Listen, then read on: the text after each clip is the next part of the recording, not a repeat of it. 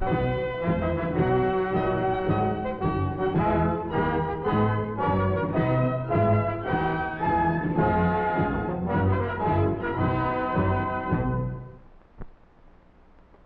week, ladies and gentlemen, we talked with a man who knows more about conditions behind the Iron Curtain than perhaps any other living American, even from inside a communist prison, Mr. Hermann Field.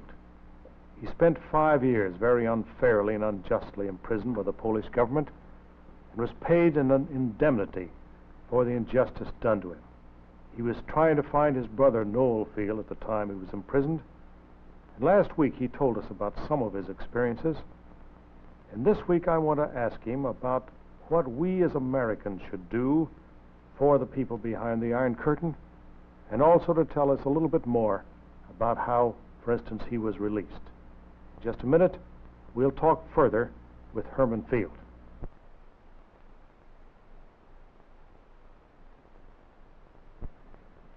Now, Mr. Field, during this long 5 years in prison, what did you hope for most? Well, in a practical way, what I hoped for was a trial. Now, that seems very strange, considering that I knew perfectly well that such a trial would not be a trial in our sense at all. But you have to realize that I was in an interrogation center. Not a jail. Not a jail. And that's a very different thing from That's worse? Oh, much worse. You are there under the secret police. You are continually being put under pressure. You never know from day to day what's going to happen to you.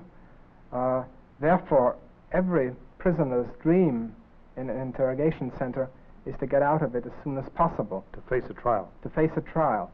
And what was especially depressing is when you're in a cellar like that, and you can't help noticing that there are people coming in fresh and going through the works, going through the ringer, so to speak, and coming out again, and you are still in the cellar. And that is very hard to take, because you see it going on, and you wonder whether you're ever going to get out of the cellar. And you finally get to the point, well, is this oblivion? That's why you dream about a trial, finally. Did you come to understand what happens to our GIs when they've been brainwashed? I think that I would say that after what I've seen and experienced, I'm quite convinced that if you want to pay the price, you can break anybody. Did they get from you the information they wanted? No, I didn't have it. They had wanted to find out that you were a British agent, and you just weren't. Which I wasn't, that's right. Well, now, did you know when you were in prison that Stalin had died? Well, that was a funny thing. They apparently realized that the news of Stalin's death would be a big booster to us, and that might mean that we might let off steam. And the result was that they very carefully cut out any mention of Stalin's death in the newspapers, which I did get at that time, were Polish newspapers, and finally eliminated the newspapers altogether, because it was impossible, as you can imagine. And yet, after about a month, we finally managed to discover what the cause was. But then the problem was that we had to be very careful not to let them know that we had discovered it, because otherwise they would start... That you discovered that Stalin was dead? Dead, because then they'd take us upstairs and start investigating us. How do you happen to know that Stalin died? In other words, they realized that with Stalin's death, there might be a new era behind the Iron Curtain. I think so. I think very soon they began to realize that, and actually... And did that occur? Yes. In 1954, I didn't understand it at the time. My conditions very slowly, I think they didn't want to show it to me, got better and better all through the spring and the summer. Now, what happened when you were first let free? What did they do? Well, again, I wasn't... there was no explanation. One fine afternoon, I was asked to come out of the cellar, and I was put into a car, and off I went without any idea what was going to happen. Did you think this was good or bad? Well, the trouble is, a prisoner in the situation I was in always regarded change as bad, because it always had tended to be bad. And so you're very suspicious. But there was one positive factor, and that I found myself going into Warsaw, in fact, ending up in the place where it all started, at the Ministry of Public Security. And they finally made an apology to you. They explained to me, finally, that they realized that the whole thing had been a frightful mistake, and went further to say that they felt that they wanted to, if possible, find some adjustment to make good the damage they'd done to me. And they asked me what I felt about it, and I said that I thought that I should receive an indemnity, and that the question of my health should be looked into, that they would publicly state that I had been falsely imprisoned and that there was nothing to it, that they would let me take all my written material out with me, and a number of things of that sort. And they agreed to that. How much did they finally pay you then? They paid me an indemnity of $50,000 and also agreed to carry any medical costs in connection with my convalescence. I see. Well, now, Mr. Field, in just a minute, I want to talk to you a little further about what's going on today behind the Iron Curtain and what we Americans might be able to do about it.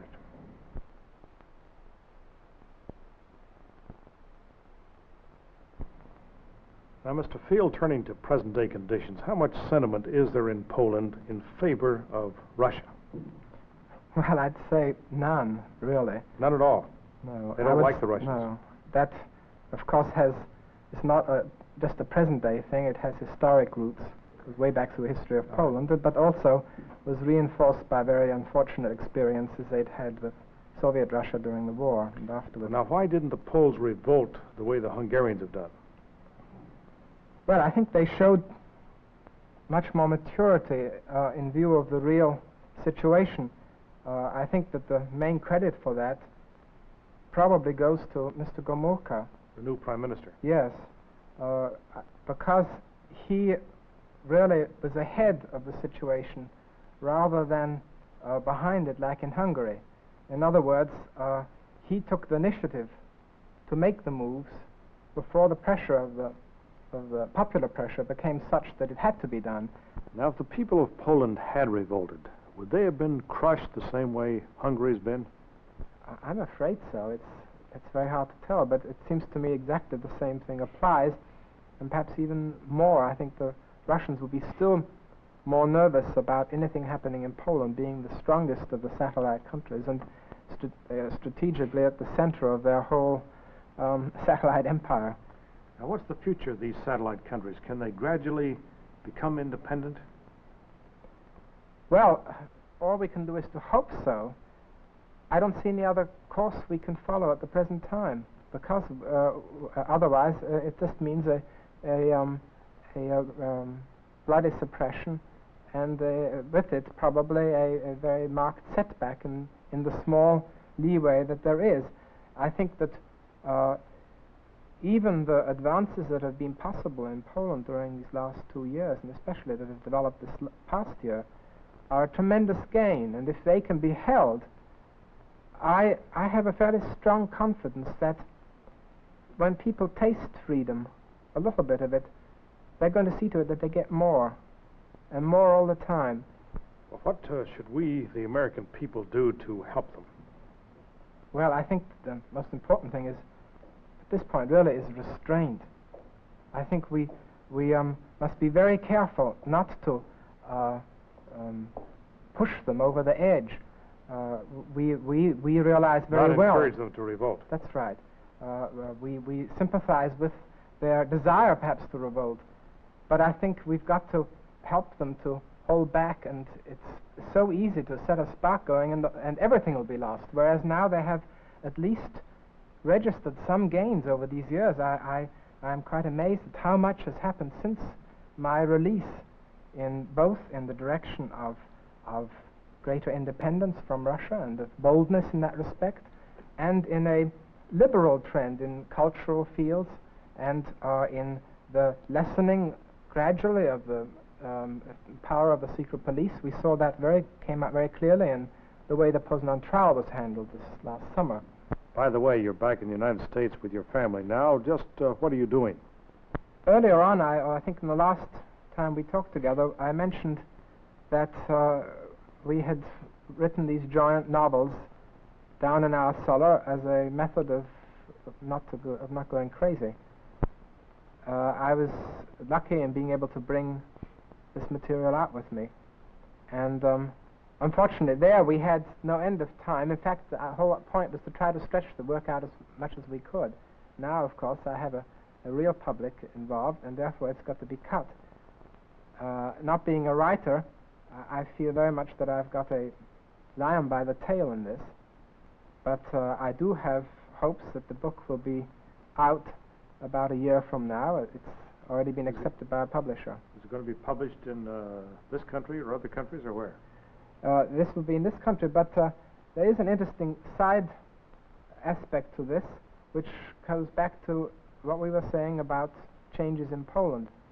I understand that this book in a Polish translation is, and jointly under my authorship and my cellmates, is to be published in Poland too. Now, that's quite unthinkable. That would have been quite unthinkable 2 years ago. And your future plans? Well, as soon as I get this out of the way, I certainly want to get back into architecture, because that's, after all, my field, and that's what I've been dying to do all these years. Well, thanks very much for being here, and good luck for the future.